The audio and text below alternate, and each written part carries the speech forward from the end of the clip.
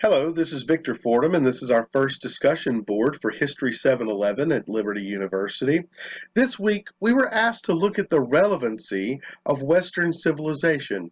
What is Western civilization? Is it a thing? Does it exist? Or does it not exist? And if it does exist, is it a good thing or a bad thing? Is it something to be emulated and revered and promoted, or is it something that has produced atrocities and only bad things? These are the types of things we were asked to consider this week, and many have spoken out against the idea of Western civilization even really being a thing, that it even exists. We saw that from one of our required readings this week. It was an article from Kwame Appiah who said that was the case, who said it doesn't exist at all.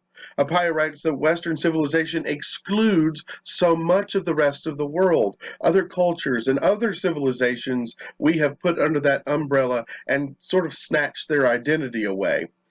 Fiona Nicole of the University of Alberta, who's an Australian historian, concurs with Appiah's assertion as well, saying that it doesn't even really exist. So having a conversation about whether it's good or bad is, in their minds, sort of a moot point. However, there are many scholars out there who totally disagree. For instance, I found an article from Miguel Martin Sanchez and Cruz Flores Rodriguez in the Journal of Pedagogy, and they write that not only does Western civilization exist, not only is it relevant, but the entire purpose of education in their minds is to promote the ideas of Western civilization. So they see it as not only just a good thing, but the entire purpose of educating people is to promote these ideas because they're so good. Now, that's a total flip-flop from what these other folks have said about it. Now, personally, I have looked at this evidence as you have, and I tend to concur with Dr. Kerry Roberts in his presentation, where he says that the West has produced so many good things that it has improved dramatically the lives of billions of people in the world.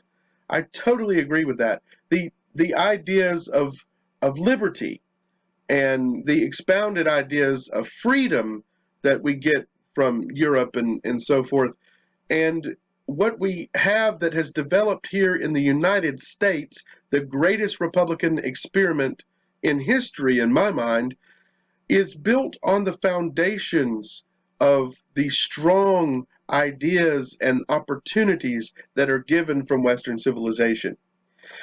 And when Dr. Roberts gave this lecture, he also spoke of the fact that there are many who take this idea that I'm concurring with and they swing the pendulum too far the other way, and they tend to ignore totally the atrocities that were committed by people in the West. Slavery, for example, comes to mind as a blight on the West, and particularly on the history of the United States of America. That's not something that should be defended. That's not something that should be explained away. But some people take it too far and do that. So to say that the West is great and has done great things and has produced the most just, most wealthy, most generous, most successful country in the world, the United States of America, the West led to that.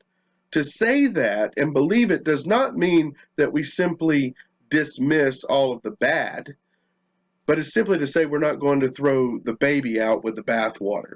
It's great and it's wonderful, but it does have, as at most things do, a dark side that needs to be addressed as well. So, is Western civilization a thing? Yes, it is. Is it a good thing? Yes, for the most part. And is it relevant? You bet. And I'm glad we're studying at Liberty University. Thank you for watching my presentation. I hope you all have a wonderful, wonderful week.